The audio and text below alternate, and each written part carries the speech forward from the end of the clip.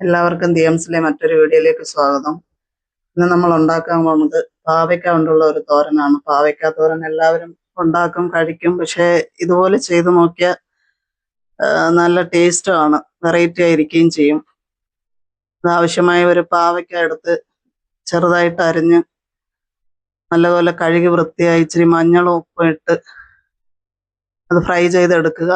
അതിനാവശ്യമായ മസാലക്കൂട്ട് തേങ്ങയും മുളക് പൊടിയും ആവശ്യത്തിന് ജീരകവും 3 അല്ലി വെളുത്തുള്ളിയും എടുത്ത് അരച്ചെടുക്കുക. അരയ്ക്കാന്ന് പറയുമ്പോൾ ഒരുപാട് അരയ്ക്കാൻ പാടില്ല, നമുക്കറിയാമല്ലോ ഈ തോരനൊക്കെ നമ്മൾ വെക്കുന്ന രീതിയിൽ. പിന്നെ ഒരു പാന്, അതേ നമ്മൾ പാവയ്ക്ക ഫ്രൈ ചെയ്ത പാനിൽ തന്നെ കുറച്ച് വെളിച്ചെണ്ണ ഒഴിക്കുക. വെളിച്ചെണ്ണ ഒഴിച്ച് കടുക് പൊട്ടിച്ച് ഒരു സവാള അരിഞ്ഞതും പച്ചമുളകും കറിവേപ്പിലയും കൂടെ ഇട്ട് നല്ലപോലെ വഴറ്റുക. ഒരുപാട് ഇതാകാൻ നമ്മൾ കടിച്ച് തിന്നുന്ന രീതിയിൽ വഴറ്റിയാലും മതി. ആവശ്യത്തിന് ഉപ്പ് ഇട്ട് കൊടുക്കുക. പിന്നെ നമ്മൾ അരച്ചു വെച്ചിരിക്കുന്ന മസാലക്കൂട്ട് ഇട്ട് കൊടുക്കുക.